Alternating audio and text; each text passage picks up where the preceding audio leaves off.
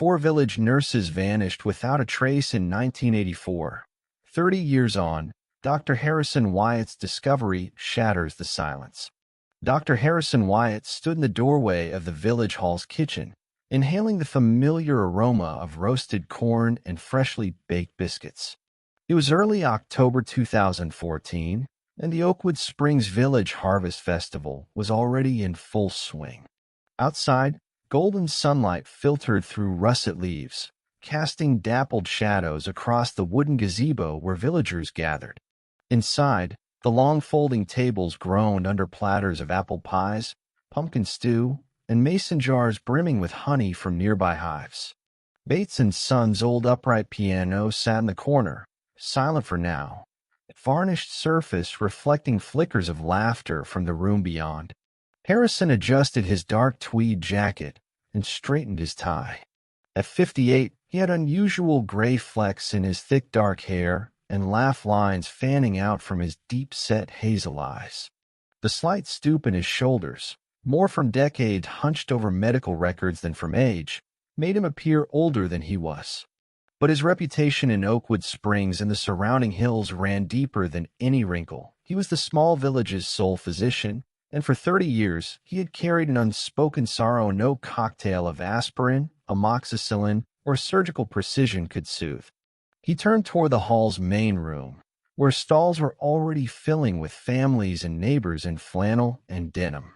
Children clustered around the pie-eating contest sign-up table, daring each other to eat the most slices of crumbled crust. Behind them, Novella King, a gray-haired retiree who once served as the clinic's receptionist, wove through crowds, carrying a tray of sparkling apple cider cups to refill the refreshment table.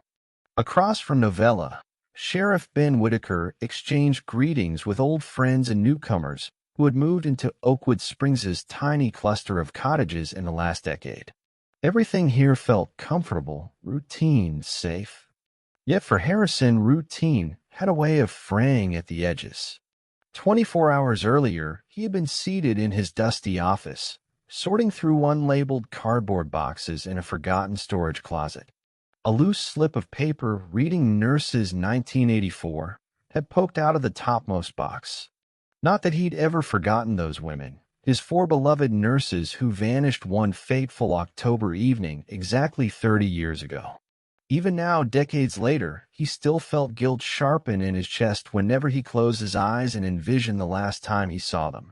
For brilliant young souls in crisp white caps, laughing as they left the clinic's annual ladies' tea and ambled down the lane toward the old mill road, only to vanish without a single witness.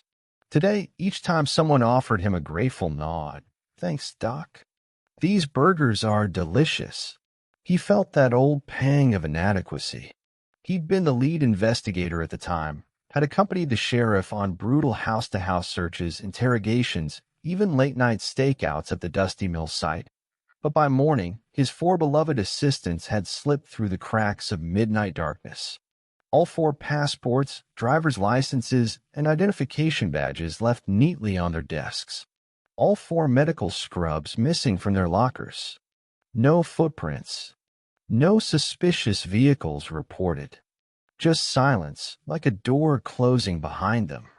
That morning, in the office's storage closet, he had found an old 35mm negative roll, unused, undeveloped, tucked inside the empty cardboard box labeled 1984.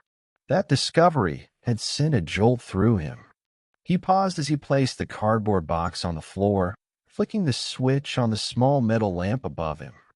Its cold fluorescent glow illuminated motes of dust drifting through the stagnant air.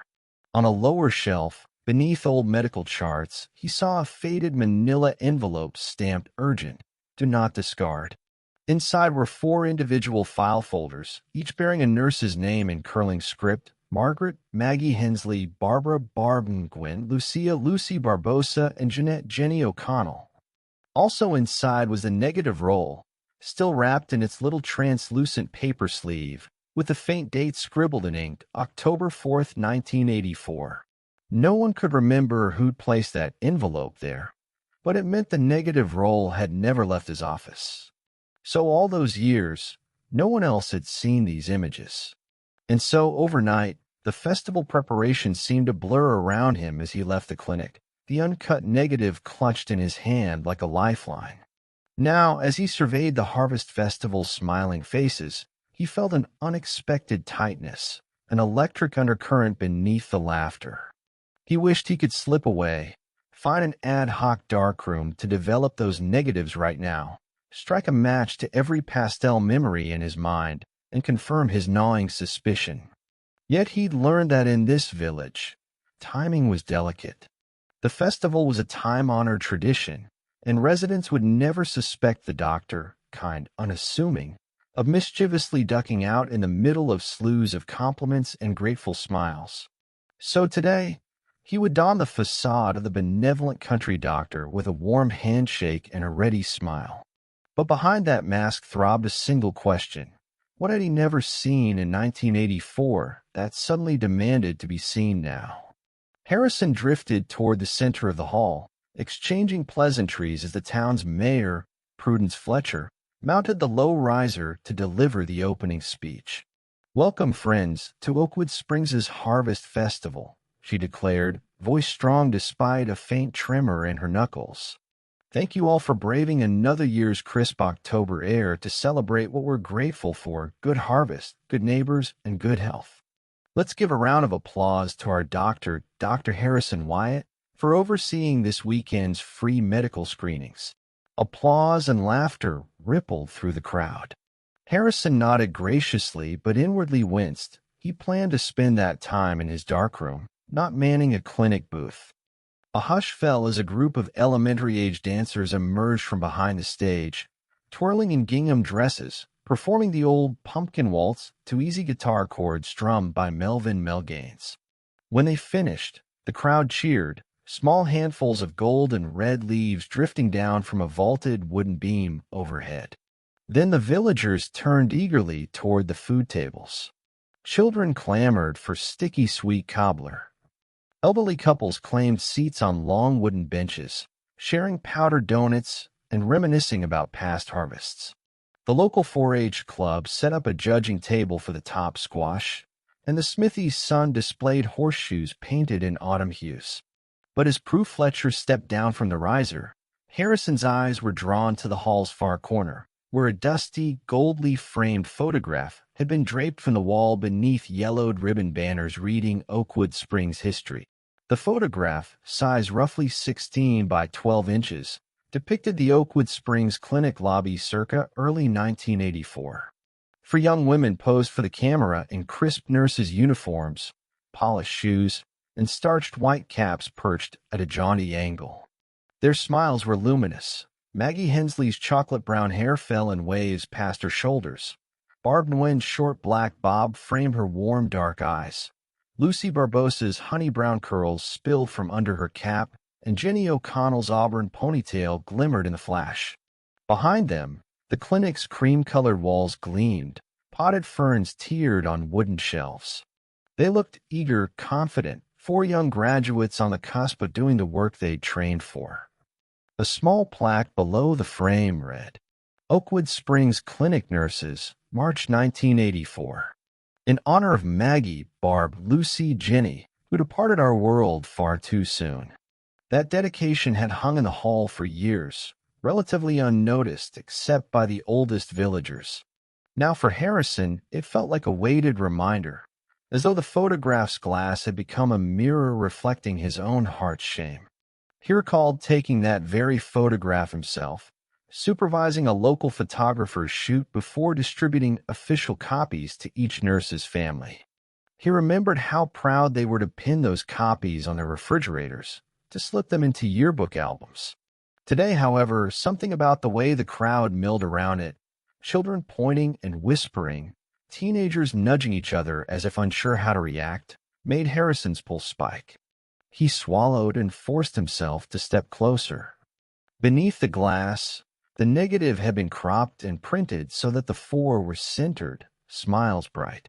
Yet he knew that if he developed the role properly, he would see other things hidden at the photograph's periphery, things no one had ever paid attention to. He hadn't had the courage to do so until this morning.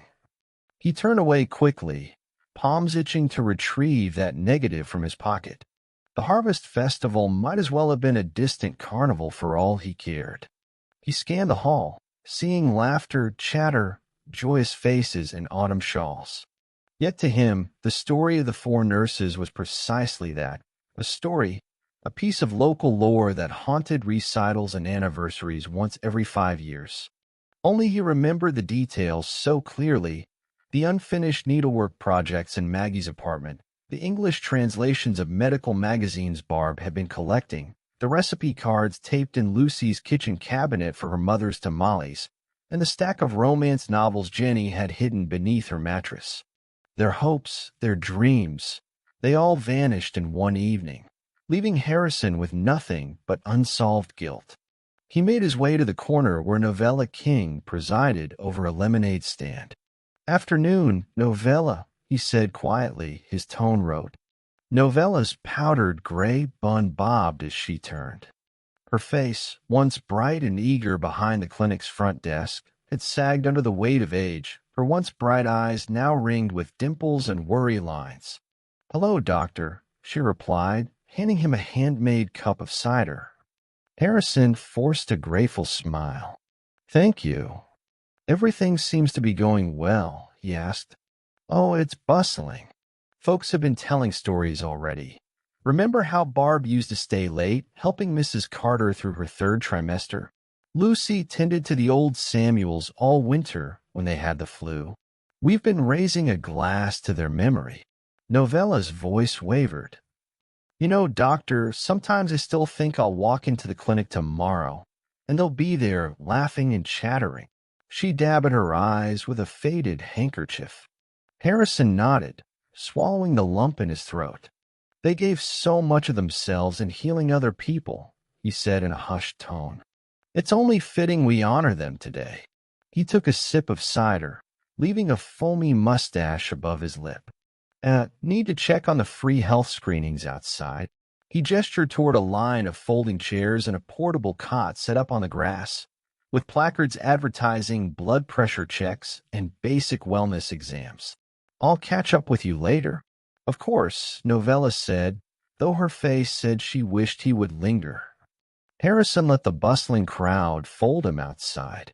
A gentle breeze ruffled the banners strung between wooden posts. The rolling hills beyond Oakwood Springs' cluster of buildings, patchy farmland, hamlets of oak trees marching toward a distant ridge, looked as serene as he'd ever seen them. Yet in his mind, unease coiled like a rattlesnake ready to strike.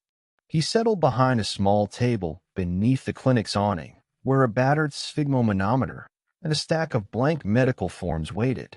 His assistant, Nurse Caroline Avery, one of only 2 nurses now employed at Oakwood Springs Clinic, had already begun taking vitals from a line of retirees and ranchers in weathered denim. Caroline, in her early 30s, wore clipped blonde hair and wire-rimmed glasses. She glanced at her watch, then caught Harrison's eye and gave him a small, sympathetic nod.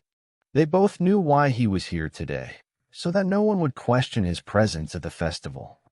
But Caroline's eyes also signaled, "Take the negative. Go." Harrison forced a professional smile and approached Caroline's station. "How are we doing, Nurse Avery?" he asked in his measured, reassuring tone, one that had comforted hundreds over the decades. "Busy as usual," Caroline replied, "but steady. Mr. Johnson still insists he only needs a Band-Aid on that paper cut, though I just measured his blood pressure, 158/96. She winced. "Might be time for medication adjustment, but he won't hear of it." They shared a quiet chuckle.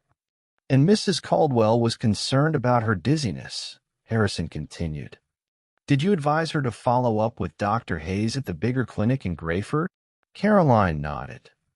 "Yes, but she said she'll just rely on the tea leaf tonic her aunt used to make. You know how it is." She brushed a lock of hair behind her ear. "Doc, when the wind picks up, do you want me to keep an eye on your station? You seem a bit distracted." Harrison closed his eyes briefly, then opened them. He straightened the papers on the table with exaggerated calm. "Everything is under control," he said, forcing a nod.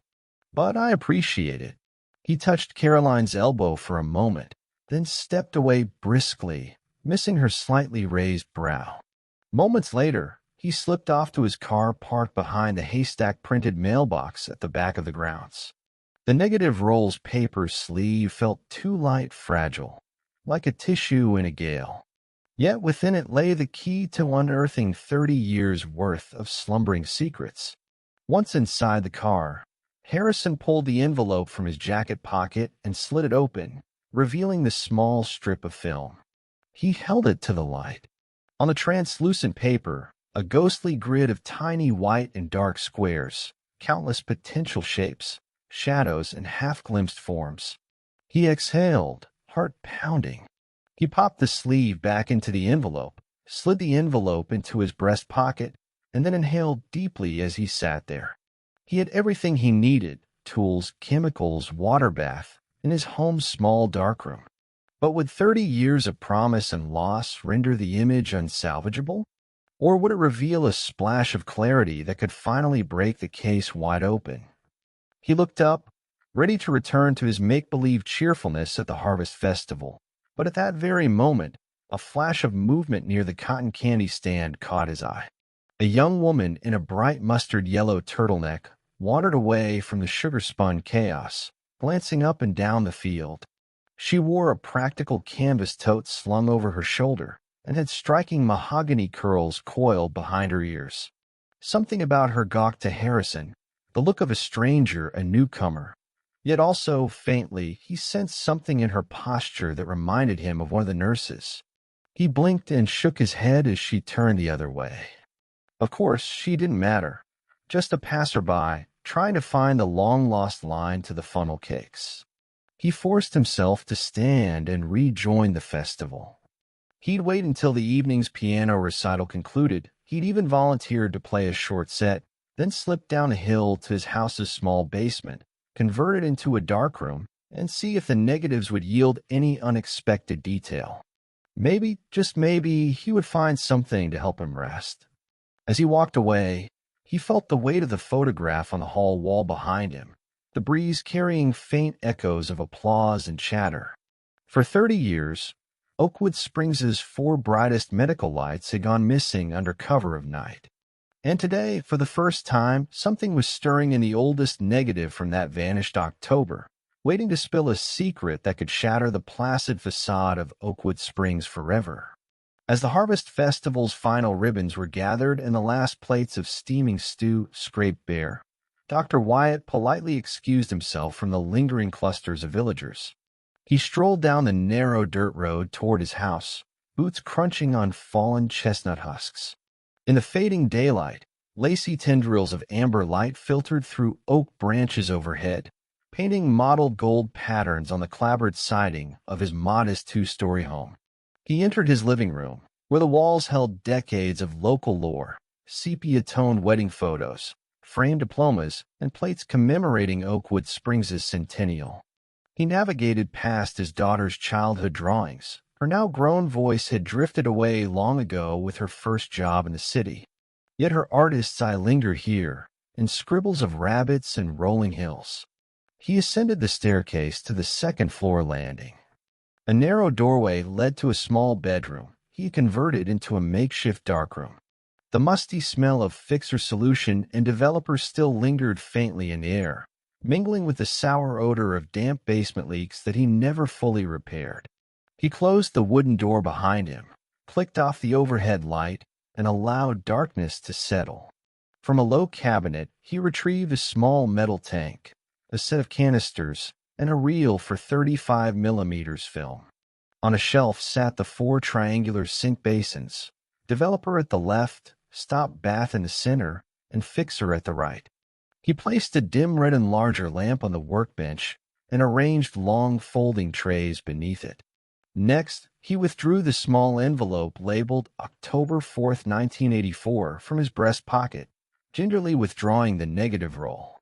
He threaded the film onto the reel and dropped it into the developer solution, room temperature. His hands trembled slightly, stirring the solution with slow, precise rotations. The chemicals hissed faintly. The latent image on the film, until now nearly invisible, would gradually appear as an almost imperceptible sheen on the emulsion. Harrison watched, heart hammering, as ghostly outlines began to materialize on each frame. 30 years of decay in his mind could finally coalesce into something objective, something he could examine without the erratic swirl of guilt and grief. He counted the seconds slowly.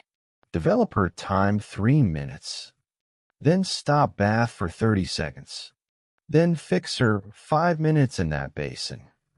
He drained the fixer and raised the reel, watching droplets bead along its metal loops. He rinsed the film under the tap, then delicately stretched it along the countertop beside a few unexposed sheets of glossy photographic paper. Beneath the glowing red lamp, he cut a frame from the roll. One of the center images meant to capture the nurses and perhaps glimpses of something else. With a practiced hand, he loaded the paper into the enlarger, projecting a crisp black and white likeness onto its surface. He adjusted the height until the composition was slightly off-center. 4 women at the clinic lobby's entrance, standing in a tight row. Then he set the timer, clicked on the light, and started exposure 9 seconds. He returned the paper to a tray filled with developer. For a moment, nothing happened, and he felt his breath stop. Then slowly, the faint outlines of once bright eyes, pressed lips, and crisp uniforms emerged. He timed the second tray, stopped bath, then the third fixer. Finally, he lifted the print and rinsed it under running water. After a brief swirl to remove excess solution, he shook droplets off the print and hung it by a spring clip against the tiled wall to dry. 15 minutes later, he retrieved the print. The 4 nurses were captured in mid-smile, 3 months shy of vanishing. Yet this print extended farther to the left and right than any print he'd seen in his tenure at the clinic. He scrutinized the edges. On the far left, next to Barb and Gwen, was a portion of a sturdy Ford pickup truck's front fender, big, boxy, angular, with a faint smear of mud near the wheel well.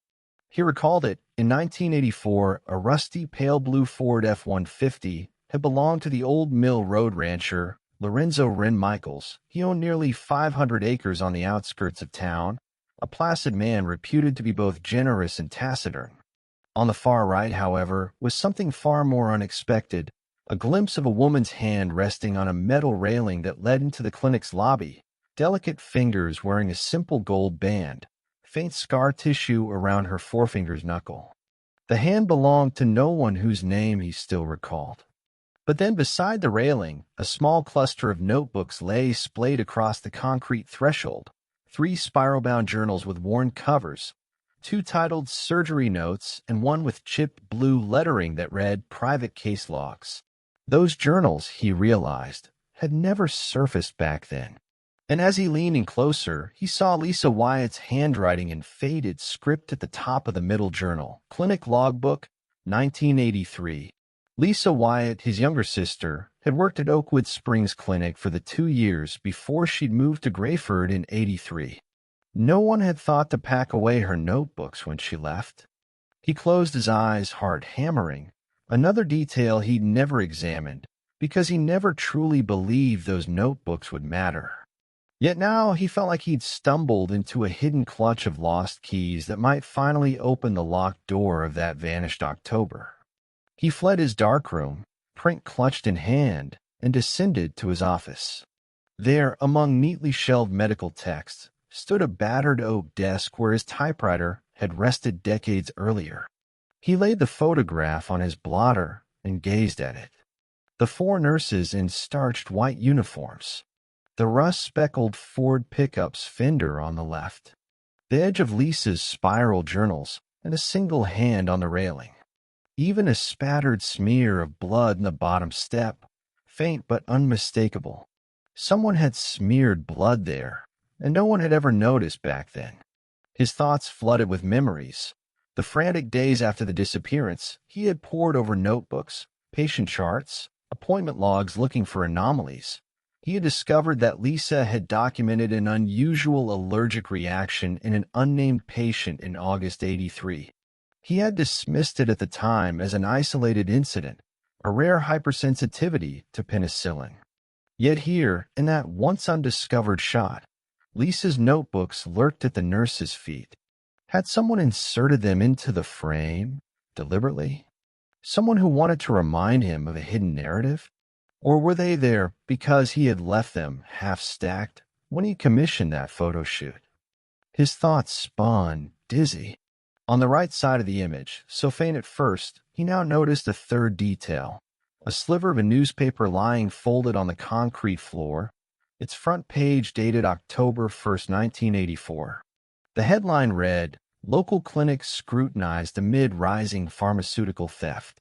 That article had been drawn from a short-lived scandal. Bare whispers that an unnamed nurse had diverted morphine vials for personal use. The names were never revealed. The clinic's board hushed the matter. Jenny O'Connell had been the head nurse assigned to inventory controls, but she was never accused. She worked nights, overseeing schedules, tampering greatly with the supply closet. Some rumor mill chatter had linked her to a drug ring from Grayford, but there had been no arrests. Nothing had ever panned out. Newspapers never followed the story beyond its initial campus. He stared at the print. The four nurses, joyful and bright, Maggie, Barb, Lucy, Jenny, shoulders back, posture proud. Yet behind Jenny, near the clinic's entrance railing, lay the folded newspaper and Lisa's notebooks, as though someone had stashed them there moments before the shutter clicked. That meant someone planned it, because no one had seen Lisa's notebooks for years. No one had thought to photograph them.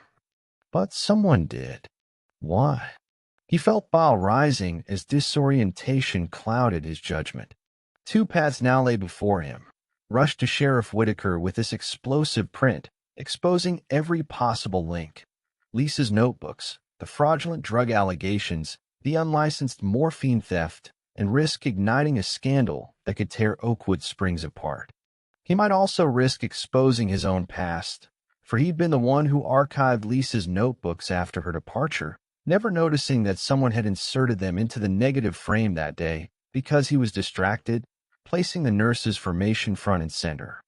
Or he could wait, continue investigating quietly, trace who might have handled Lisa's notebooks in October '84, track down a scrap of newspaper, follow blueprints for that faint Ford pickup. Discover which rancher's son might have had access to the clinic at that hour. But without help, he ran the risk of losing the trail, of letting the trail go cold for another 30 years. He glanced at the clock. 9:03 p.m. tomorrow. He needed to make a call to state police. He needed assistance to avoid mistakes that could ruin evidence. He needed to consult Novella King to see if she still had Lisa's personal letters, and perhaps a note in her own delicate handwriting about one of the nurses. He needed to keep the investigation within the circle of people he could trust, because it already felt as though half the town's faces held secrets. At that moment, a soft knock sounded at his door. He jumped, heart hammering. "Dr. Wyatt?" Caroline's voice called through the door. "Are you still here?" I thought you might have forgotten to close up the free clinic. The last of the visitors just left. Everything's locked down now." Harrison exhaled, gathering composure. He folded the photograph carefully and slipped it into a large manila envelope labeled Private Family Archives. "Yes," he whispered. "Everything's locked indeed. Thank you, Nurse Avery. You can leave for the evening. I'll check the office tomorrow morning." He unlatched a small side lamp and left it on, an inviting glow seeing Caroline out. He returned to the living room, sat at the edge of the couch, and held his chin in his hands, staring into the middle distance as the first real flicker of fear and something even more dangerous, something bordering on hope, welled inside him. If the details on that negative were genuine, there was a chance, just a chance, that he could solve the disappearance of 4 bright young women.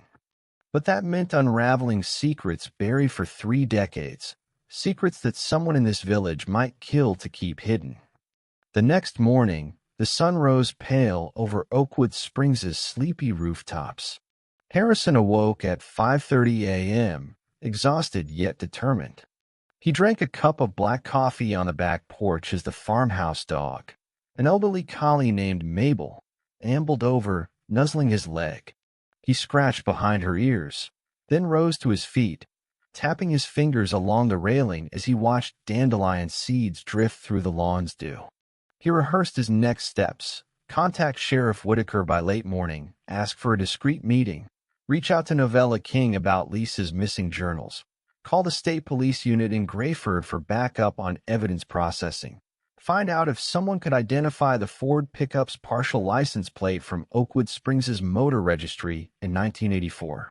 At 7 a.m., he showered and dressed in his usual tweed jacket and pressed pants. He kissed the sleeping form of his elderly wife Ruth, still recuperating upstairs from a minor heart procedure he'd performed last spring. She murmured something unintelligible in her sleep, clutching a quilt that bore festive autumn embroidery. Harrison felt a twist of guilt at disturbing her, but he slipped away to lock the front door behind him. At the clinic by 8:15 a.m., he found Novella already sitting at her desk, sipping chamomile tea. The clinic's fluorescent lights flickered overhead as staff members drifted in. Nurse Avery bustled by to set up morning hours. The little waiting room smelled of Pine Sol, antiseptic wipes, and stale coffee. Posters reminding patients about flu shots and upcoming county immunization drives adorned the wall. Harrison settled behind his mahogany desk, its surface littered with patient charts and splayed medical journals, then slid the envelope containing the print's negative into a locked drawer. He breathed deeply, then tapped the intercom. "Novella," he said quietly, twisting the intercom knob so only she could hear. Novella emerged from the back, raising an eyebrow. "Does everyone know you're here so early, Doctor?" she muttered. "I've had a late-breaking emergency. I need to speak with you about something that may be, well, a matter of utmost confidentiality." He turned in his chair and unclasped the envelope's flap, the black and white print folded neatly. He slid it across his desk. "Look at this." Novella stared at it, recognition flickering in her gray eyes. Then her hand flew to her mouth. "Oh, Harrison," she whispered. "I never thought." He gestured for calm. "Novella, I need you to tell me everything you remember from October '84. Anything, any detail you recall about who handled Lisa's notebooks, or who brought in that newspaper article about pharmaceutical theft." She swallowed and leaned against the counter. "Well, I can't promise it's much, but back then the clinic had a small epidemic of flu, right around late September. The four of them, Maggie, Barb, Lucy, Jenny, worked double shifts because some of us were down with fever. Lisa's notebooks were there on her desk in the back office. She'd been working late, logging allergy reactions and patient vitals. Then she got a job offer at Grayford General in June that year, so she packed up her things the first week of August. I remember thinking it odd. She had just started to transition into a research fellowship, but she said it was time to move on. But I did box up her personal notebooks in a manila file and place them on a shelf by her desk. I always meant to mail them to her when she settled in, but with 4 nurses going missing and a full clinic to run, that never happened." Novella shook her head. "I left soon after to assist her. Then Oakwood Springs' old newspaper office closed. Nobody bothered to keep the local gazettes unless they took them as keepsakes. No one stored those old clippings." Harrison nodded. "That's helpful. Do you remember what that pharmaceutical theft article said? Anything beyond what was published?" Novella pressed her lips together. "Just rumors, mostly. That a nurse was taking amphetamine refills to stay alert through double shifts. Maria from pediatrics insisted Jenny had a bedside manner that was too stiff. She was always by the numbers, never the bedside. But I never believed Jenny would steal drugs. She was proud of her family, Undoubtedly one of the first from the local parish to finish nursing school. But everyone knows how rumor grows. Twice whispered secrets become certainties by next afternoon. That article's headline came from a Grayford affiliate, not our own press. I remember photocopying it in the clinic's library because it made me uneasy. 5 paragraphs about missing pills, miscounted drugs, that sort of thing, timestamp precisely September 29, 1984. But by October 5th, the article vanished. Nobody wanted to print follow-ups. The paper's office shut down in '85, so no one archived back issues. He pursed his lips. So we have 1 copy, or maybe 2 in Lisa's notebooks, now missing. Then that newspaper clipping, now seen in the negative. That means someone had access to Lisa's notebooks in late September. They were aware of Lisa's records. Novella blinked. Yes. And Dr. Wyatt, do you think Lisa knew something? Do you think the nurses were trying to expose whatever was going on? Harrison met her gaze, feeling a ghost of his late sister's warmth. I think Lisa might have documented something important, something no one else did. She was meticulous. But the fact that those notebooks and that clipping appear on the photograph means someone arranged them there. Someone wanted that to be captured. The question is, who? Novella looked stricken. If I recall, Lisa slipped into the clinic's records office on the evening of October 4th. She came to drop off additional research papers. I was already home. I think she locked that door behind her when she left. So the negative shot was taken after that, on October 4th, during the afternoon. The 4 nurses must have gone in to congratulate her. Somebody rolled that negative just then, capturing them leaving the office. Harrison inhaled sharply. So, negative shot taken by Whitman Sanders at around 3 o'clock. Lisa's notebooks left behind, so she must have finished dropping off her things around 2:30. Someone, likely the same person, slipped the spiral notebooks and that newspaper clipping onto the clinic threshold, then rang for the photographer to come capture that image. He clenched his jaw. They made sure to arrange that scene. Only someone with special access could have done that. The lab technician, the clinic aide, but no, there were only 3 staff, Lisa, the 4 nurses, and me that afternoon. And of course Whitman, but he arrived after the staging. That means he inhaled sharply. That means just one of those 5 people could have placed the materials. Novella looked numb. But Dr. Wyatt, Lisa was there that day. She walked out after dropping off her things. If she were responsible, she would have known not to draw attention. But we know she left peacefully and drove to Grayford that evening. Harrison nodded. Which leaves one of the nurses themselves. He reached for a nearby legal pad. Lisa's notebooks would have contained her observations. Perhaps they caught sight of someone tampering with controlled substances, maybe at Grayford's pharmacy before leaving, but that seems far-fetched. More likely, one of the nurses had discovered suspicious behavior at Oakwood Springs Clinic, someone diverting drugs, forging prescriptions, and they used Lisa's notebooks as leverage, surreptitiously tossing them at the threshold so that remnant of truth would travel through the photographer's lens. But then, why didn't they follow through? Why would they vanish themselves? Something changed after that. Novella pursed her lips. I recall the 4 nurses had dinner plans with Dr. Wyatt and a couple of other residents that night, around 7 o'clock at Belton's Diner. They wanted to celebrate having completed their certification exams. I remember they all left together. Harrison exhaled. Yes. That means the photograph was taken around 3 o'clock. They vanished at 7 o'clock. There's a 4-hour window. So whoever arranged the scene, the notebooks and newspaper, did so knowing the nurses would be distracted later that night. They wanted those photographs to cement the idea of misconduct, perhaps to coerce or extort. So the threat probably loomed over all of them, and then that night for nurses disappeared. Novella's face twisted. Good Lord, Harrison. But do you think one of them compromised the others? Or at least tried to? He rubbed his temples. Possibly. They would have threatened to go to the press or the board unless the perpetrator paid them off. They were deeply ethical women. They would never give up on a sick patient, let alone allow their names to be sullied.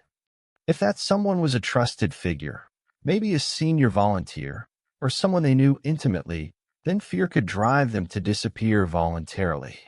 But four don't vanish together unless they were forcibly taken.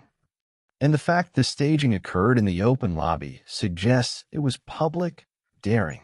Someone wanted them to appear complicit in wrongdoing first, then make them vanish as punishment. Novella shook her head, tears brimming.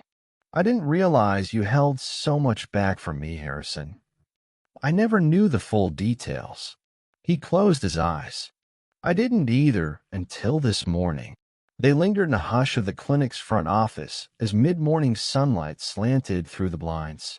The days of complacent smiles and iced tea lanterns felt far away. Now a tide of suspicion, even fear, seeped into every corner. Who coldly manipulated those negative frames? Which nurse reached for Lisa's notebooks, only to lose her own life? Was it all four? Or was it a single, desperate soul protecting a painful secret? He squinted as a yellow minivan coasted past. Think back, Novella. When you packed Lisa's notebooks, did you see any annotations, red underlines, drawings, or any signs she was worried about something? Novella closed her eyes. Yes, there was one. On August 15th, 1984, the notebook's last entry read, Patient number 37 exhibited signs of controlled substance dependence. Lost prescription was found in coat pocket. Will log and monitor closely. Also encountered small discrepancies in narcotic inventory. To discuss with head nurse tomorrow. I didn't think much of it. Dr. Cabrera handled the prescription end. But that was at least 6 weeks before the disappearance. If someone saw that, they'd have known the nurses were onto something. Harrison tapped his pen. So a mid-September theft, followed by a late September news article. Lisa noted something. Now we have the missing notebooks and that clipping in the photograph. All of that points towards some calculated staging. And 4 nurses forcibly removed, likely by someone worried those 4 women would expose the operation. He exhaled, filling the strained silence between them. Novella, I need you to do something. Speak with any elderly residents you trust, especially those who live near the clinic's perimeter. Ask if they remember anything unusual on that day. Any visitors in late afternoon. Someone lurking outside the clinic at 3 p.m. Remember our late pharmacist, Mr. Hale, used to park his truck there on Wednesdays. Is there anyone else, like a deputy inspector or someone in a white lab coat? Dig into memories that have been buried. She nodded firmly. I'll start with Mrs. Dolan on Maple Street, who runs the antique store. She had a window facing the clinic. Maybe she noticed a strange vehicle. She's sharp for her age. She took a breath. But, Dr. Wyatt, be careful. If we're right, we're poking a hornet's nest. If someone is still alive from back then, or someone who knows the truth, they'll want to keep it hidden. He met her gaze, resolute. I know, but I can't, not anymore.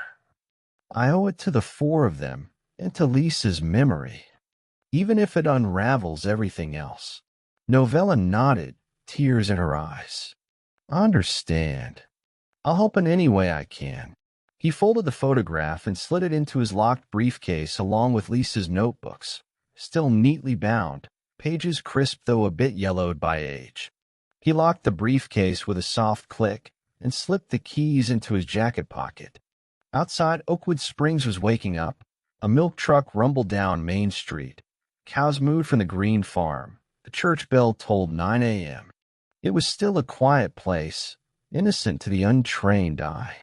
But to Harrison Wyatt, Secrets lay in every gravel road and farmhouse silhouette. 4 devoted nurses had vanished in October 1984, and now 30 years later, one cold photograph might finally yield the truth. Over the next week, Dr. Wyatt's life fell into a precarious rhythm. By day, he carried on as Oakwood Springs Clinic's trusted physician, yet every spare minute he pored over details from 1984, like a detective long out of office. By night, he retreated to his home study, cross-referencing state motor records against the Ford pickup's partial license plate. He made quiet phone calls to Grayford's Historical Society, hoping to locate the original, uncut negative of that lobby photograph. And he enlisted Nurse Avery to help him discreetly rerun a background check on each staff member who worked at the clinic in October '84, including volunteers, cleaning personnel, and visiting specialists. Meanwhile, Novella King, true to her word, began compiling her own dossier. She spoke with Mrs. Dolan, the antique store owner whose display window faced directly onto the sidewalk leading to the clinic's entrance. At 90 years old, Mrs. Dolan's back hitched like a question mark, and her voice quavered, but her eyes still blinked bright and unfaltering. She told Novella how on that exact day, October 4th, 1984, she had lingered in her shop cataloging a consignment of 1930s postcards. At precisely 3:15 p.m., she had glanced up from her ledger and noticed a big, mud-spattered Ford truck parked partially on the clinic's lawn. She remembered a tall, broad-shouldered man with a gray Stetson hat leaning against the truck's front tire, talking to a short, plump nurse in a rumpled beige cardigan. The antique store's window, eyed for sales, offered a clear view, but she hadn't thought much of it at the time. Farmers regularly pulled their tractors onto Main Street for small talk. But that old nurse had seemed worried, glancing around over her shoulder, and the man in the hat didn't resemble any local farmer she knew. Mrs. Dolan had watched them until the Ford rolled away, tires dancing over the road's pebbles, for somewhere beyond the mill. Mrs. Kingsley, the retired mail carrier for Oakwood Springs, added her recollection. She remembered an area of unmown grass near the clinic's south lawn. That week, she walked past the clinic at least twice a day delivering mail. On October 3rd, she watched the groundsman push a mower at 5 p.m., his clippings drifting toward the sidewalk. But on October 4th, the yard looked strangely pristine, grass trimmed to exact yardage, little clippings scattered uniformly. A fresh, unnatural look. It tickled her senses, but she shrugged it off. Someone must have mowed later that day. She didn't recall whether the mower driver waved at her. She had texted her fiancé about a garlic loaf she'd ordered for dinner. Who would bother mowing at 3 p.m.? Armed with these anecdotes, Harrison ventured to the clinic's old grounds at midday on October 10, 2014. A quiet Tuesday, school in session, most businesses open. Only the clinic's faded sign swayed gently in a breeze that smelled faintly of sour apples. He observed the sloping south lawn, now thick with fallen leaves. A perfect autumn canopy overhead cast intricate shadows across the walkway that once held that fateful negative. He knelt and ran his fingers over the concrete threshold as though troweling for clues. The surface was unremarkable now. No fresh stains, no indentations, but he imagined a blood stain once there, mixed with mud from that pickup's tire. His mind's eye placed Lisa's spiral notebooks there, too, alongside the folded newspaper, glinting white and yellow in the recessed sun. He rose, then tapped the clinic's front door, a heavy oak with a small frosted window. It swung open to reveal Nurse Avery, wearing a simple sky-blue uniform. Her expression tightened when she saw his eyes flick toward the walkway. "Doctor," she said, her voice low, "I've compiled a list of all the names from October '84. The only men employed at that time besides you were Dr. Alberto Cabrera and a part-time lab tech named Wayne Peterson. The only female staff were Lisa, our 4 nurses, and 2 part-time receptionists." She slipped a thin file into his gloved hand. "Here. I even found a few postcards donated by Mrs. Dolan, dated September 1984, with her handwritten addresses on the back. None from after the disappearance. And I ordered archival copies of the local gazette's October 1984 editions. Maybe there's something we never saw. Harrison nodded, slipping away from the clinic, suitcase clicking behind him. Nurse Avery caught his gaze, then turned to a frail-looking elderly patient approaching the front desk. He lingered in the hush of the lobby, scanning the wood-paneled walls where, once upon a time, that framed photograph had hung. Now on a bare patch of wall, he could almost picture it. The four nurses, Lisa's notebooks, the cigarette-tinged newsprint. He took a deep breath, heart both aching and alive. Once outside, he climbed into his weathered sedan and drove directly to Grayford. His destination, the provincial archives at the County Historical Society. He recalled that, some months earlier, he'd phoned the archivist, a courteous gentleman with wire-rimmed glasses named Howard Merrick, requesting any microfilm or scanned copies of mid-October 1984 Oakwood Springs Gazettes. Today, he intended to view them in person and, if possible, examine the uncut negative that had originally been sent to the Oakwood Springs Sentinel. He parked near the sandstone facade of the Historical Society's building. Beneath carved lettering reading Cumberland County Archives, he stepped onto a terrace and pushed open the tall wooden doors. Inside, the archivist, Mr. Merrick, emerged from behind a waist-high counter laden with reference books. He acknowledged Harrison with a gentle nod. "Good morning, Dr. Wyatt. I've been expecting you. We've digitized the October 1st to 7th, 1984 issues. They're queued up in the microfilm room, station number 3. And I found an uncut strip of the Elmhurst Clinic photograph, donated decades ago by Whitman Sanders' estate. It's stored in our refrigerated negative vault. If you'd like to examine it, I'll need to get the processing permit signed and bring it here to the reading desk." Harrison smiled gratefully. "Yes, please, Mr. Merrick. Let's do that." The archivist shuffled a few papers and handed a small clipboard to Harrison. As he signed, his mind churned. The uncut strip would show exactly what was at both edges, every detail the original photographer captured, every shadow unseen in the cropped version. Moments later, Mr. Merrick returned with a slim metal canister. He carefully unlatched it and removed the long, narrow length of film, still milky white where gelatin hadn't yet been fixed. Mr. Merrick laid it on a piece of clean blotter paper on the reading desk. "We have timed guidelines. Handle gently, wear gloves, and if you like, I can adjust the light table's loop to magnify. I'll remain here if you have questions." Harrison placed cotton gloves on. He guided the film under a magnifier until the four nurses materialized, smiling at the camera, shoulders squared.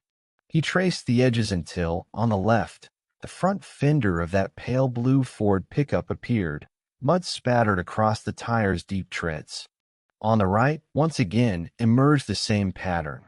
Lisa's notebook stacked near the concrete threshold, and that folded piece of newspaper, front page facing the nurses as if to ensure passage into their consciousness. Harrison tapped the film gently. He spotted a new detail.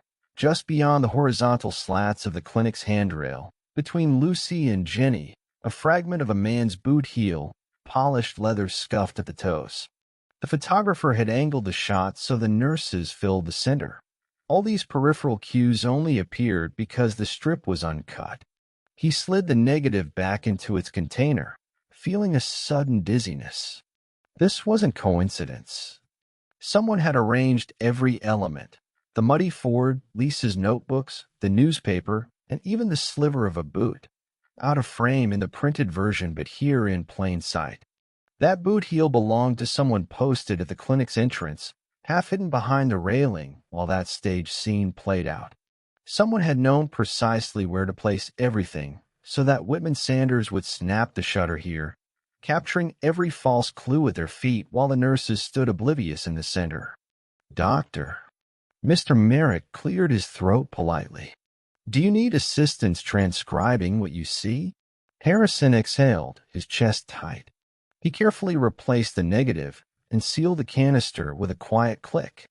"No, thank you," he said softly. "Ah, I think I've seen more than I bargained for." He turned and left the archives, nearly colliding with a librarian pushing a cart of cataloged microfilm canisters. Outside, Grayford's midday sun glinted off ornamental fountains.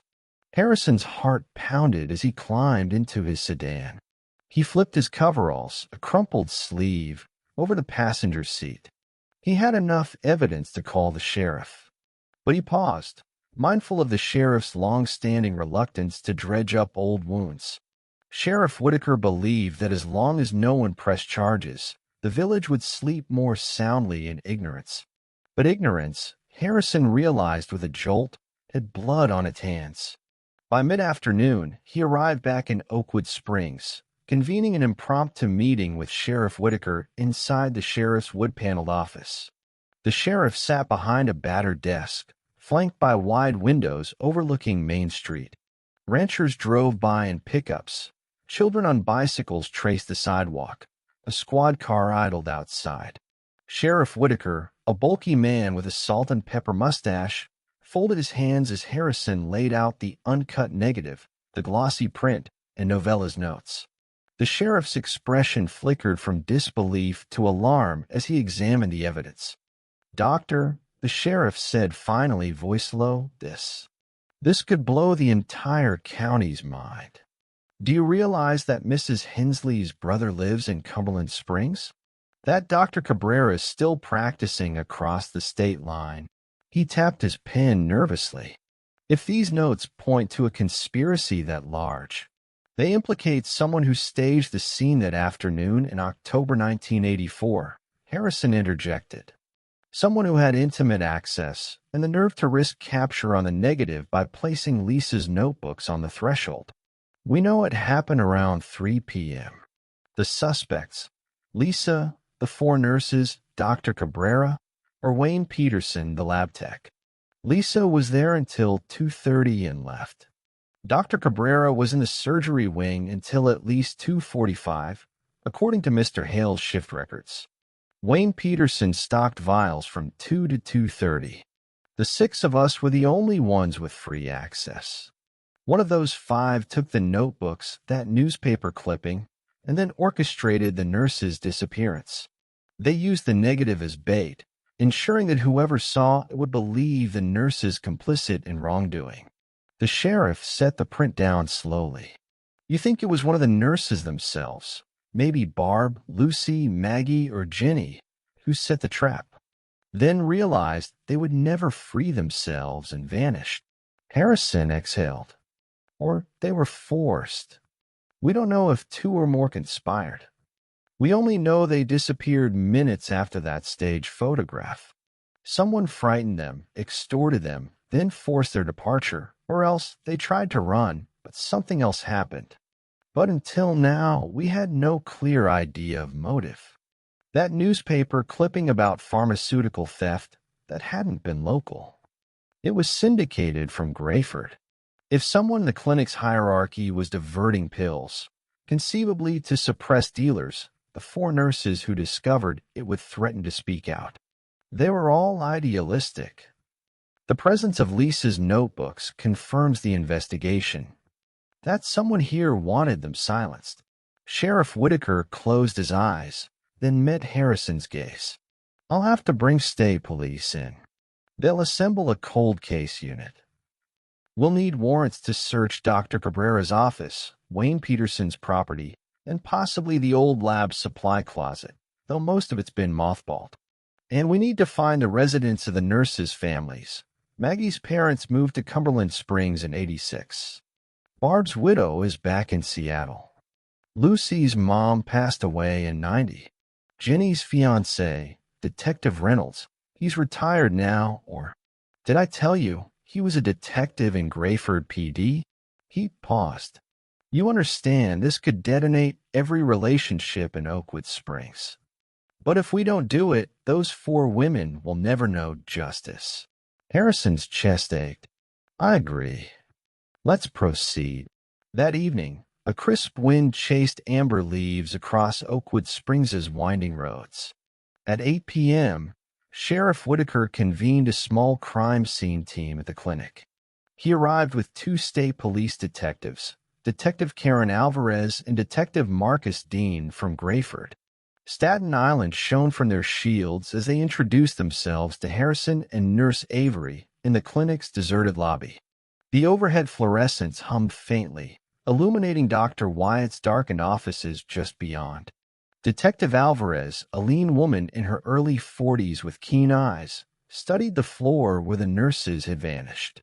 Detective Dean, 10 years younger, circled the lobby, tapping at the base of the threshold with a rubber mallet, testing for any depressions. They had come armed with ultraviolet lights, fingerprint powders, and microcamera kits. Dr. Wyatt, Detective Alvarez said respectfully, "We need to photograph the threshold where the negative was staged, but we also want to examine Dr. Cabrera's records and Wayne Peterson's supply log. We'll be executing warrants tomorrow morning." Harrison nodded. "Of course. I've already retrieved Lisa's notebooks from my office. They're secured under lock and key. You're welcome to examine them at your discretion." Detective Dean approached Nurse Avery, extending a gloved hand. "Can I disturb something? You mentioned an elderly cassette tape from September 1984, an audio recording from a board meeting. Can we see that?" Novella took a deep breath. "Yes. That tape is in my home files. I'll bring it tomorrow." Detective Alvarez nodded. "Thank you, Nurse Avery. For now, let's focus on the scene. Did anything else change since this morning?" Nurse Avery shook her head. "No. I locked the door after noon. Only I and the doctor have had access since." Harrison felt a weight descend on him. He stepped back into the clinic's lobby, sunlight slanting through the tinted windows. Detective Dean snapped close-up photographs of the threshold, shining UV light across the chipped concrete. Every flake of dried paint, every indentation would go into evidence. When Detective Dean adjusted camera settings to isolate traces of old blood, Harrison's stomach churned. Would this evidence still show remnants of that smear? Could they find anything tangible after 30 years of cleaning? Finally, Detective Alvarez beckoned them aside. "Dr. Wyatt, Nurse Avery, I know this is hard. We may ask you both for more details tomorrow, but it's likely we'll conclude the nurses were lured to the clinic's threshold for extortion, then abducted later that night. The clues from the negative give us a window. We'll need to find Dr. Cabrera and Mr. Peterson to question their whereabouts that afternoon and evening in '84. Then we check present-day surveillance of local residents who might be connected. Many suspects may have passed away. Time isn't on our side. But maybe something remains, a scrap of discarded clothing in an attic, a confession typed on an old typewriter ribbon, or a longtime friend who finally cracks." Harrison watched them depart into the dark night, the small blue lights of their vehicles reflecting off the clinic's windows. He swallowed and realized that Oakwood Springs would never be the same. Even if they uncovered nothing definitive, if all leads dried up, just the knowledge of how close the conspiracy had lingered in plain sight behind happy faces would stain the village forever. He turned the clinic's lights off, locking each door behind him. The crisp October air bit his cheeks as he walked to his car. Golden leaves tumbled across the parking lot. He exhaled, his breath fogging in the lamplight. Inside the car, he exhumed Lisa's notebooks once more. Running his gloved hands over their worn covers, he opened the spiral binding to a page in red ink dated September 17, 1984. September 17, '84. Multi-dose vials for morphine and codeine undercounted again. I confronted Wayne Peterson today. He insisted an intern borrowed them. No record exists. Told him I'd note this in file 562. He swore it would stop. He flicked to another page, September 22nd, where Lisa had written, "Dr. Cabrera seems evasive. Tried asking about new drug shipments. He said all was tight. Barb, Lucy, and Maggie agreed to meet tomorrow at church after hours to plan a community health talk. Concerned they will talk too much. Must remind them, if you see something, say something, but do it carefully. His chest tightened. That meeting, Barb, Lucy, Maggie, and possibly Jenny, would have taken place October 2nd, given their plan to celebrate exam results. The clinic's calendar likely recorded a group meeting note in that slot. He needed to cross-reference that as soon as possible. He slid his gloved hand over the last page, dated September 30th. Memo received newspaper article from Grayford Gazette dated September 29, 84 re. Suspected drug diversion in small clinics. I suspect Peter Hensley's son Roland. Drug charges in Cumberland Springs, 1981. His face recognized at board meeting last month. Informed Barb, she will approach Dr. Cabrera tomorrow. I am uneasy. His heart pounded. Roland Hensley, brother of Maggie Hensley. The Hensley family had deep pockets in Cumberland Springs. If Roland had returned to Oakwood Springs under an alias, he might have orchestrated everything to protect his illicit enterprise. But if that were true, how did he coordinate 4 simultaneous abductions? He knew one thing. The nurse's notebooks held a direct chain of custody for the weeks before the disappearance. And now, 30 years later, he had to trace every note's marginalia, every scribble in those pages, because somewhere in red ink or pencil lay the final clue to expose who had orchestrated the female quartet's vanishing. As he put the notebooks back into their briefcase, he glanced at his reflection in the car's rearview mirror. Eyes bloodshot, hair tousled, shoulders heavy with decades of unanswered questions. Yet for the first time since October 1984, he felt a spark of possibility, an opportunity to right a lifelong wrong. Tomorrow, he would begin the most complex case of his career, unraveling a conspiracy that reached from Oakwood Springs' clinic to the countryside beyond, from stolen medicine to stolen purpose, from 4 bright young nurses to an entire village's capacity for trust and betrayal. And as the wind rustled through the cornstalk fields beyond his bumper, he felt something he hadn't known in 30 years, a fierce determination that, come what may, he would not rest until those 4 were finally accounted for and justice made whole at last. The morning sun rose diffused through autumn haze as Dr. Wyatt arrived back at Oakwood Springs Clinic. At 8 a.m. sharp, he stood in the lobby, walls freshly scrubbed, chairs arranged neatly, to await the arrival of Dr. Alberto Cabrera. The elderly surgeon, once a colleague of Lisa's from her allergy logs, had been reluctant to cooperate. But the sheriff's subpoena left him no choice. His steps approached the threshold tentatively at 8:15, and his expression mirrored open anxiety, bushy salt and pepper eyebrows furrowed, shoulders hunkered under a faded tweed overcoat. Harrison greeted him at the door. Alberto, thank you for coming. Dr. Cabrera nodded, adjusting his rimless glasses. Harrison, I knew this day would come eventually. He rested a trembling hand on the counter, as though anchoring himself. I haven't set foot in this lobby since 1984. Harrison led him into the back office.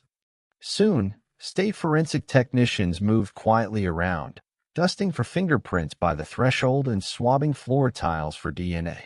Detective Alvarez hovered by the desk's edge, clipboard in hand, while Detective Dean snapped photographs of each corner.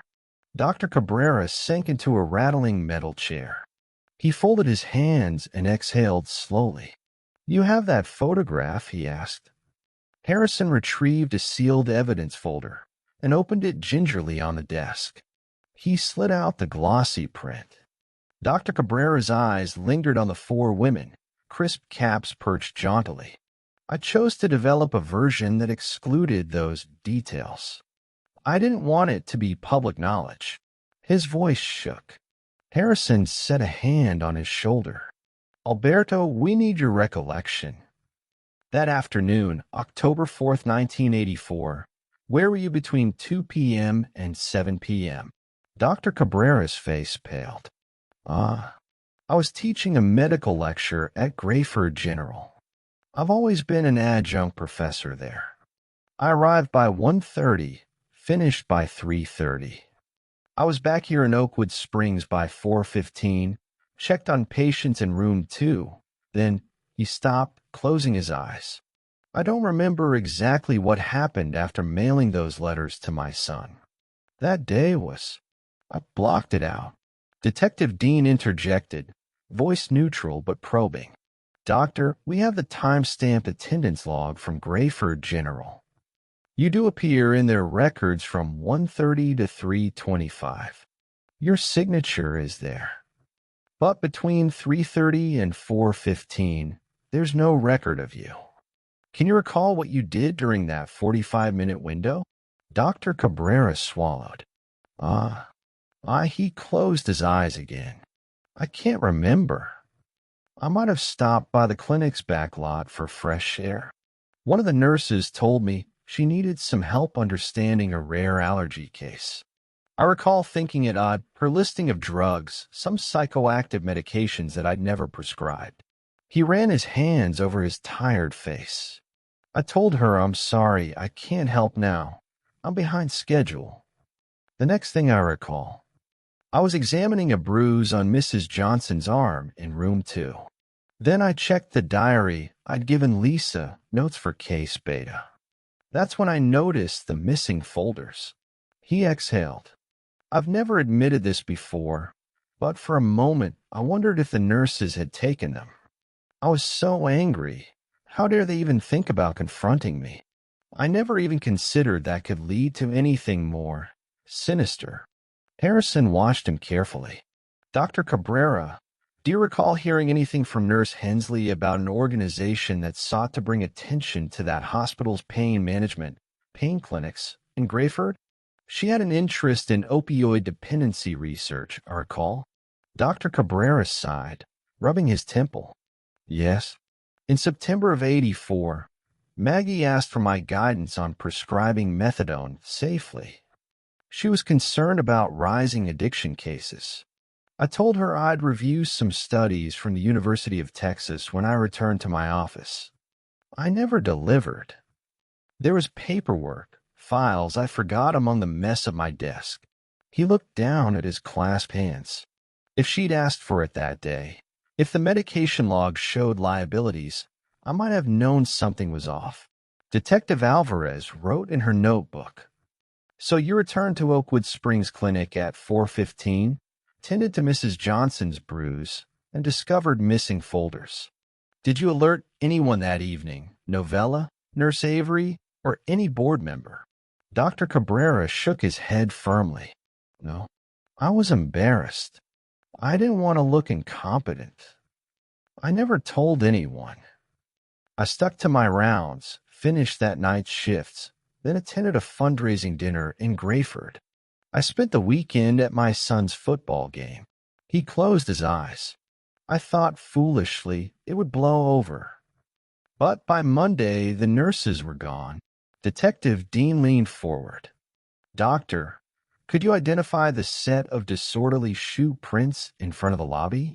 One of our technicians matched them to a 9-piece alloy hex shoe tread design, an obscure brand. Do you recall ever seeing someone wearing such shoes on clinic premises? Someone with a limp or irregular gait? Dr. Cabrera's face drained. Yes. The new lab tech, Wayne Peterson, wore precisely that brand. He was recovering from a minor knee injury and wore orthopedic shoes with that distinct tread.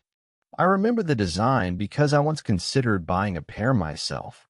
Harrison straightened. "Alberto, that's the strongest lead we have. Wayne Peterson and his Ford truck, the same pickup from that photograph's left side. He was the one standing behind a railing, hidden from the original print. He had access to Lisa's notebooks. He delivered samples and supplies to the lab on Fridays, and he must have known about the pharmaceutical audit. If he feared exposure, he could have staged the negative to dispel suspicion. Then that evening, he forced the nurses' disappearance, perhaps even murdered them." Dr. Cabrera drew a shaky breath. But Wayne retired soon after. He lived in seclusion. I heard he moved to Montana. Sheriff Whitaker entered quietly. Doctor, can you confirm if he traveled alone, or if anyone accompanied him to Grayford the weekend after the disappearance? Dr. Cabrera nodded. He drove himself to Grayford on Saturday the 6th for my friend's parking attendant. He slept in his truck. He returned to Oakwood Springs on Sunday, then left permanently for Montana on Monday. He never filed a forwarding address. Detective Alvarez closed her notebook. All right. We have probable cause to issue warrants for his Montana property. Same with any records in Grayford. We'll notify Interpol if necessary. She stood, glancing at Harrison. Dr. Wyatt, thank you. We may have more questions later. For now, we need to bring you back into the office to examine Lisa's notebooks thoroughly. We suspect infractions that surpass for missing nurses, likely an entire ring of illicit diversion schemes. Harrison nodded.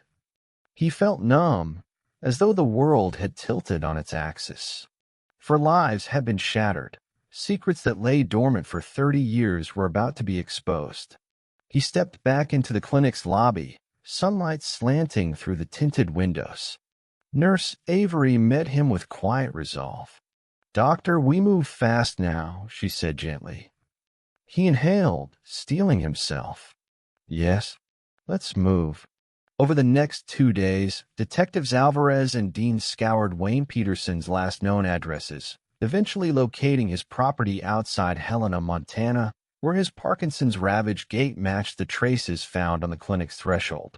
They found his SUV rusting under a lamppost in an abandoned workshop full of dismantled chassis. They recovered, from beneath a loose floorboard, Wayne's battered journal, a handwritten log that meticulously chronicled pharmaceutical shipments between Oakwood Springs and Grayford. He recorded drug counts, credit card numbers for payoffs, and concealed notes. October 4th, 1984, nurses discovered audit. Must be silenced. Staged photo to implicate them. Remove files. The journal's final pages, dated 3 days before his death in March 2014, read, They found the photograph. It's not enough. Foregone.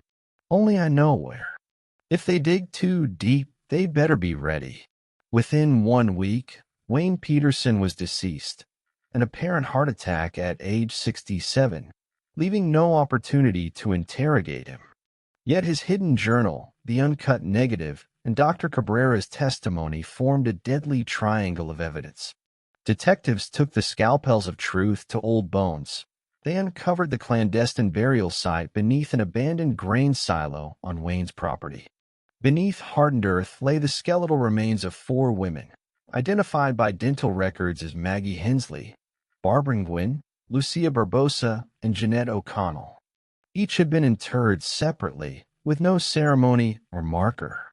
Detectives also uncovered Lisa's spiral notebooks beneath a false partition in Wayne's workshop. Those notebooks detailed Wayne's suspicious behavior, missing drugs, whispered threats, and ultimately, vengeance on those who tried to expose him. When the coroner delivered his final report, cause of death for each nurse, manual asphyxiation followed by blunt force trauma to the head, Oakwood Springs seemed to shudder in collective grief. The autumn wind rattled through the clinic's windows as Dr. Wyatt and Nurse Avery led a hushed assembly of villagers in the newly reopened lobby. Sheriff Whitaker stood nearby, flanked by Detectives Alvarez and Dean, as they presented the findings. Wayne Peterson, long regarded as a quiet laborer, had masterminded the nurse's abduction and murder. Inside the same space where once bright white-capped faces had vanished, a hush fell as a hush of recognition passed through the crowd. Family members from out of state, now flown back, kneeled over the display of 4 lifeless booklets, each nurse's photograph, personal effects, and a single red rose. Mourners wept as Reverend Calhoun closed his eyes in prayer, intoning words of contrition. Dr. Wyatt felt his heart hammer. He held Novella's hand as the flood of sorrow coursed through the crowd.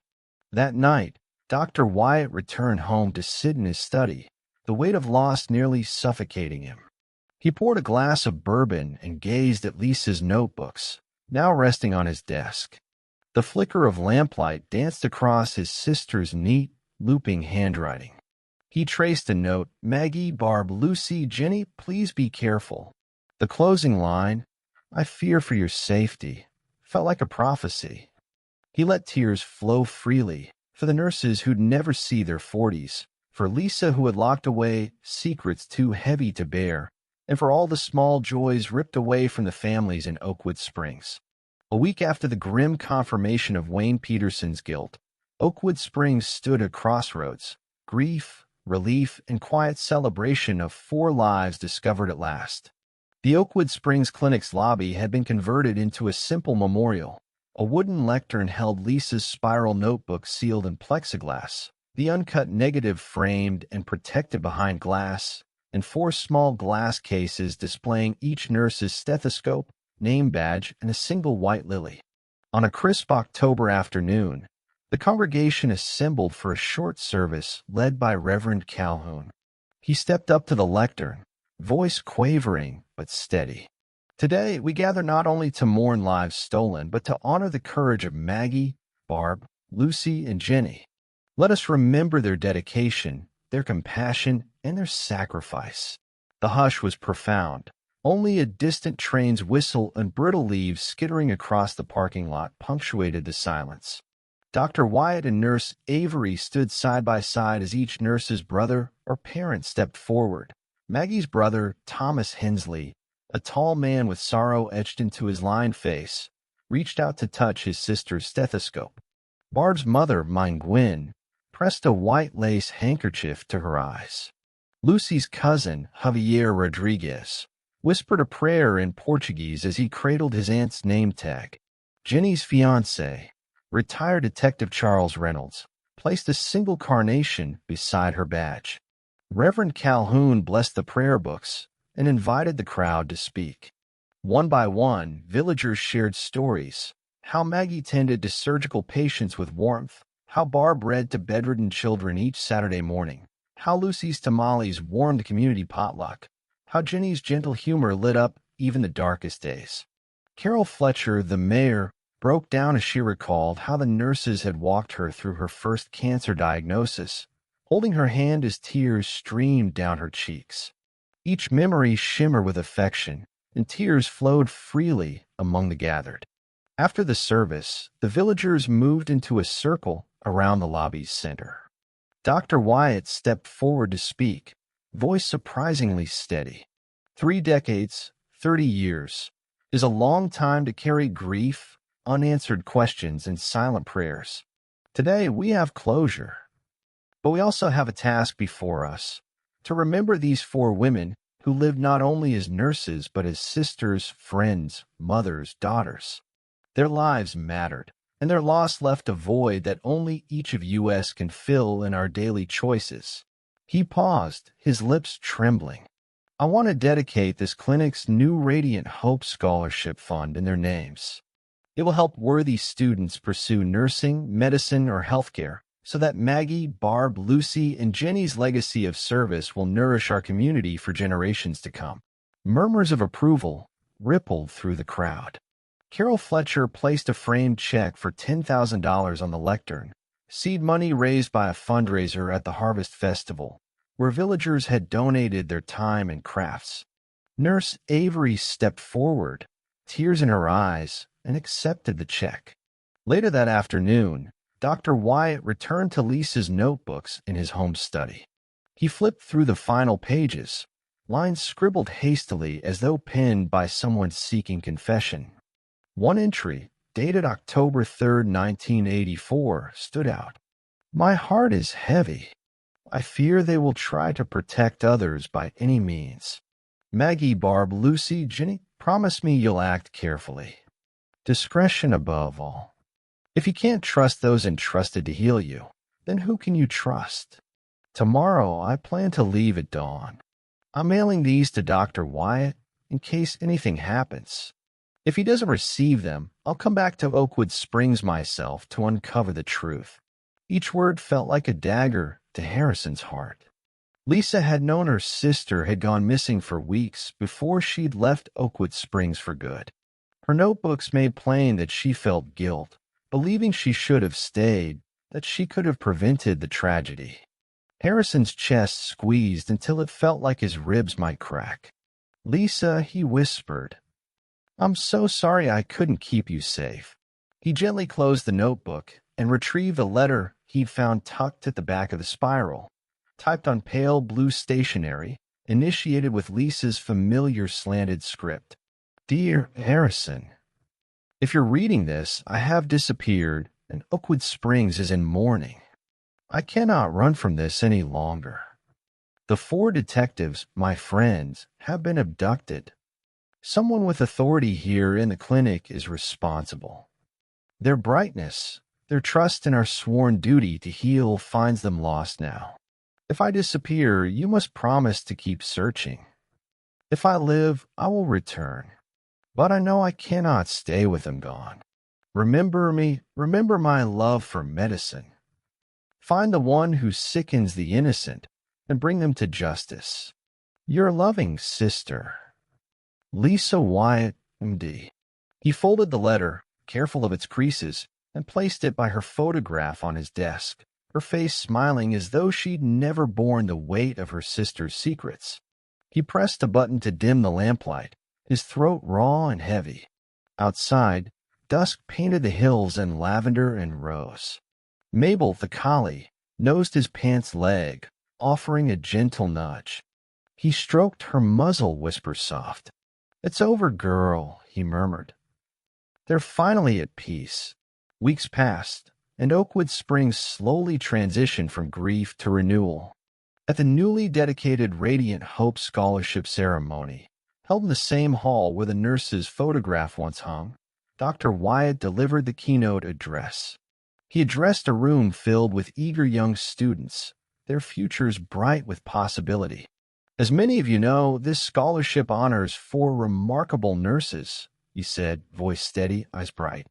"Their devotion to healing drove them to excellence. But their story also reminds us that we cannot ignore whispers of wrongdoing, no matter how small. If we stand silent in the face of injustice, we enable darkness to flourish. This fund exists not only to support your education, but also to inspire you to uphold compassion and courage." He paused, gesturing to 4 empty white chairs at the front, symbolizing Maggie, Barb, Lucy, and Jenny. "We cannot bring back what was lost, but we can ensure their legacy lives through you. Let their memory guide your steps as you journey toward healing, service, and truth." Applause rang out, heartfelt and sustained. As the crowd dispersed, families spoke of the nurses' renewed presence through budding medical careers of scholarship recipients. The Oakwood Springs Clinic installed a plaque in the hallway in memory of Maggie Hensley, Barbara Nguyen, Lucia Barbosa, and Jeanette O'Connell, 4 shining hearts who gave themselves to Oakwood Springs. That evening, after a quiet supper, Harrison sat on his back porch as dusk folded into night. He sipped hot tea as a gentle breeze rustled oak branches overhead. He looked once more at Lisa's photograph on his desk, now framed alongside one image of each nurse. He whispered a prayer of thanks for finding the truth. Yet somewhere in his mind, he could still hear Lisa's final words echoing, "If I disappear, keep searching." He exhaled, steeling himself. Tomorrow, he would travel to Grayford to review old board meeting tapes. There might be a recording of Lisa's final remarks to the nursing staff. Perhaps an audio existence would give him peace, that she had confronted injustice to the end, that she had made plans to protect her friends. But for now, in the hush of Oakwood Springs' autumn night, he allowed himself a moment's solace, the moon's pale arc drifting across the sky, each star a silent testament to lives lived and lost, friendships forged and frayed. The 4 nurses who vanished in 1984 and Lisa Wyatt, who sought to uncover the truth. Together, they had shaped his entire life's work. No reward could match the quiet relief that they had finally been heard, that justice had been served, and that the darkness which had overshadowed Oakwood Springs could at last give way to healing. He reached into his coat pocket and touched the brass key to the front door. Mabel curled at his feet, tail wagging in her sleep. He whispered into the night, "Rest now. I've kept my promise." And in that gentle moonlit moment, Oakwood Springs exhaled at last, its secret buried in the cold Montana earth, yet its memory preserved in light scholarship and the hearts of those who would carry the nurse's legacy forward into a new generation.